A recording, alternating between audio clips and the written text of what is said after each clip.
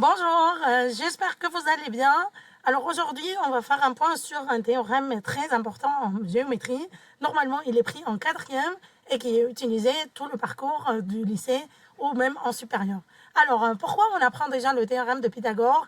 C'est parce qu'il est utilisé en tout ce qui est construction, en ingénierie par exemple, ou pour toute forme de triangle, pour voir si un triangle est rectangle ou pas. Aussi, on a besoin de construire un triangle rectangle. Alors, un exemple super simple pour fabriquer une table. Alors, si le pied de la table avec là où on pose, par exemple, nos affaires ne forme pas un angle droit, donc ça sera une table inclinée et du coup, les affaires vont tous tomber. Et donc, c'est important d'apprendre le théorème de Pythagore pour voir quelles sont les mesures à prendre pour le pied, donc la hauteur de la table et aussi pour la surface de la table. Par exemple, pour former un angle droit et pour que les affaires ne tombent pas de la table. Alors, dans chaque théorème en mathématiques, on a le théorème lui-même et sa réciproque. Et pourquoi il existe une réciproque? C'est pour savoir si la condition est vérifiée dans l'autre sens. Ça veut dire quoi une réciproque? Si je veux aller à la boulangerie, donc la fonction c'est d'aller à la boulangerie de là où je suis, par exemple, de chez moi jusqu'à la boulangerie, ça c'est la première fonction. Et la réciproque, c'est le retour, ça veut dire de la boulangerie jusqu'à chez moi. Alors, pour les théorèmes, normalement, on a des réciproques qui sont vrais et des réciproques qui ne sont pas vrais.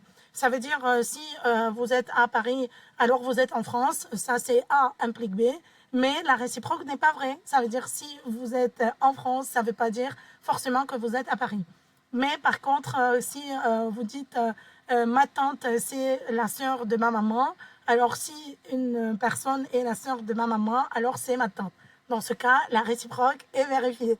Alors, pour le théorème de Pythagore, la réciproque est vraie. Ça veut dire, si on arrive à montrer que la condition est vérifiée, on déduit la conclusion. Donc, plus précisément, je vais expliquer à quel moment on pense au théorème de Pythagore et que doit être la question dans l'exercice et quelles conditions je dois avoir pour l'appliquer, soit l'une, soit l'autre, et quelles sont les étapes finalement. Alors, deux situations, c'est le théorème lui-même. Pour la question, c'est quelle est la longueur d'un côté de ce triangle. Alors, moi, je sais que j'applique le théorème de Pythagore pour calculer une longueur.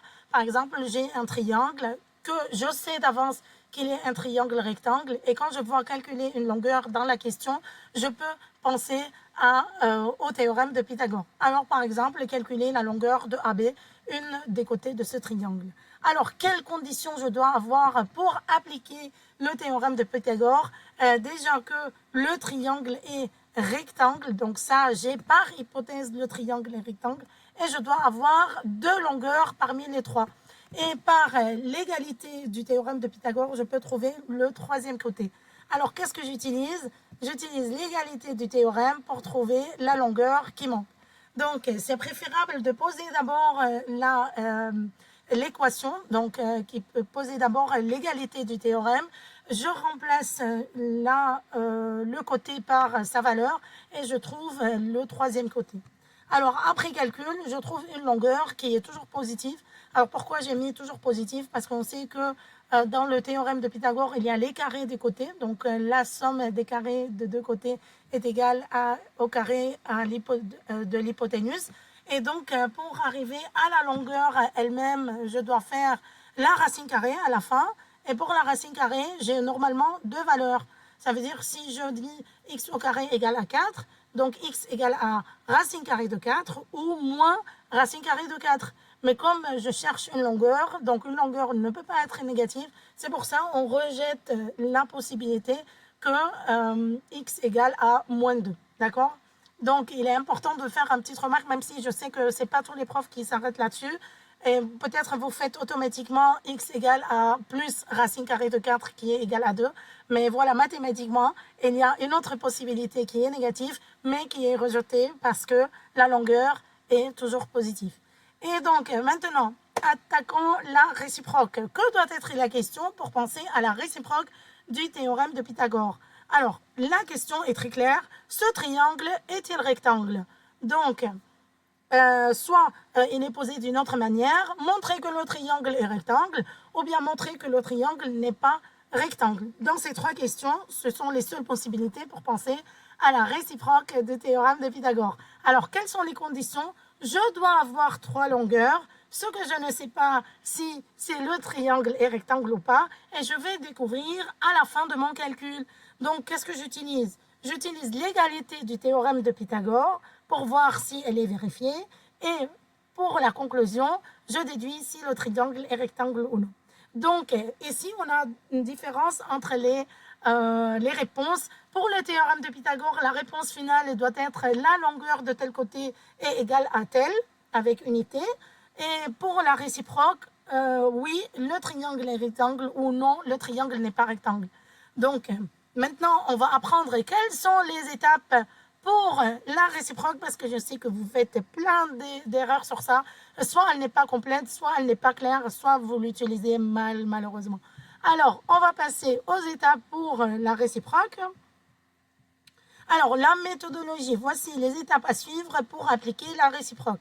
Quel que soit le théorème, donc là, on parle précisément pour le théorème de Pythagore, mais quel que soit le théorème, qu'il soit Pythagore ou Thalès ou autre, alors je vérifie d'abord les conditions. Qu'est-ce qui me permet d'appliquer la réciproque? Donc, qu'est-ce qui me permet d'appliquer la réciproque pour le théorème de Pythagore? C'est est-ce que j'ai les trois longueurs? Deuxièmement, je calcule le terme à gauche de l'égalité à part. Sur une nouvelle ligne, je calcule le terme à droite de l'égalité. Alors, c'est une erreur que vous faites vraiment beaucoup. Pour les théorèmes de Pythagore, je dois calculer, par exemple, le BC au carré si BC est le plus grand côté. Donc, puisque je n'ai pas le droit de dire que BC est l'hypoténuse, parce que je ne sais pas encore pour le moment si mon triangle est rectangle, ce que je dois faire, c'est de justifier pourquoi j'ai choisi de mettre BC à part de l'égalité, ça veut dire à gauche de l'égalité. Pourquoi j'ai choisi ce côté-là? C'est parce que c'est le côté le plus long. Parce que moi, je sais que dans un triangle, rectangle ou pas, dans un triangle rectangle, l'hypoténuse, c'est le plus grand côté. Alors, avant d'affirmer que c'est bien l'hypoténuse, parce qu'on dit hypoténuse uniquement si le triangle est rectangle, on va dire c'est le plus grand côté. Alors, sur une nouvelle ligne, et c'est ça qui est très important, sur une nouvelle ligne, je fais le membre de droite, ça veut dire la somme des carrés de deux autres côtés, qui est ici AB au carré plus AC au carré. Bien sûr, là, on parle dans un triangle ABC. Et puis, je compare les deux résultats. Je compare les deux résultats avant de déduire. S'il y a l'égalité, je confirme que le triangle est rectangle. Si je n'ai pas l'égalité, je confirme que le triangle n'est pas rectangle. Donc, il y a la comparaison et après la déduction, donc c'est la conclusion. Si il y a l'égalité, je dis oui, le triangle est rectangle. Donc, la réciproque, d'après la réciproque de tel théorème, on a bien ça.